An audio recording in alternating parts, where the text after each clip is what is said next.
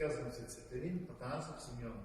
За по-накратко Цветелин Симеонов. Господин Симеонов, искам да разкажа за моята история, която започва през пролетта на 2011 година от телевизия СКАТ. Вече 11 години. Че светът се управлява от компютър. Квантов мултиприроден компютър. От световните прикрити и открити комунисти, които го използват за зли и конспиративни цели. Затова тази история искам да се обобщи, да напиша книга, да се създаде документален филм.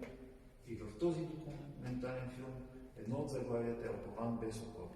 Затова по-нататък искам сега да разкажа за тази конспиративна, хаотична и сложна история, че управляват и го използват за лоши цели. Този мултиприроден квантов компютър за бури, земетресения, вулкани, урагани, болест, войни и всичко.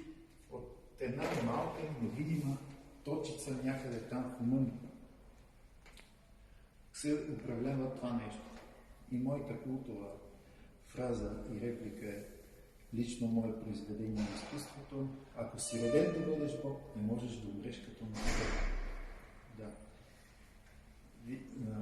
Затова малко извинявам се, че се откъснах от основната цел и основната тема, но искам да ви разкажа, че този квантов природен мултикомпютър да попадне в добри ръце и да се използва в бъдеще за добро, за добри цели.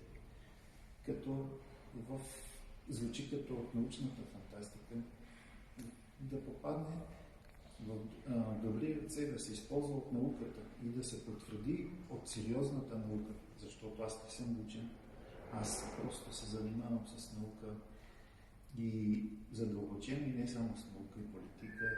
Всичко е взаимосвързано, затова искам да я обобщя генерално и да получа помощ от демократически партии, формации и сили, да достигне тази история до някоя от българските медии, защо не и световни, за да се разкаже на света и да могат да се обърнат тези процеси с прикритите световни комунисти, които определят нещата на между 60 и 70%, може би и повече, в задкулисието, в видимата част са малко по-малко и в бъдеще да отидат в по-малък мащаб, за да могат да отстъпят позиции, така да се каже, на демокрациите, защото всеки иска да живее в демокрация, но не всеки се бори за демокрация. Както знаете, това е сложна тема. Искам да се боря и аз и други хора по интелигентен начин, не чрез на улицата или чрез война, защото това не е борба. Борбата е да се докаже истината.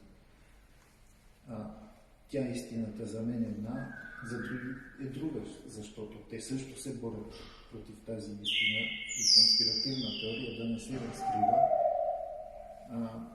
защото това е в тях техен ущърб.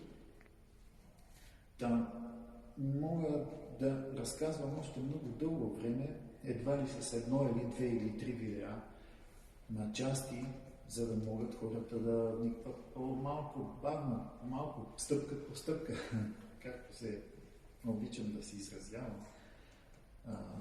Това е един далечен сериал в миналото, недалечното минало, да се въведат хората, да могат да им се изясни. Защото е, пак повтарям, дълга, сложна, хаотична, но не е невъзможна тази история. И е привлекателна и мистична. Затова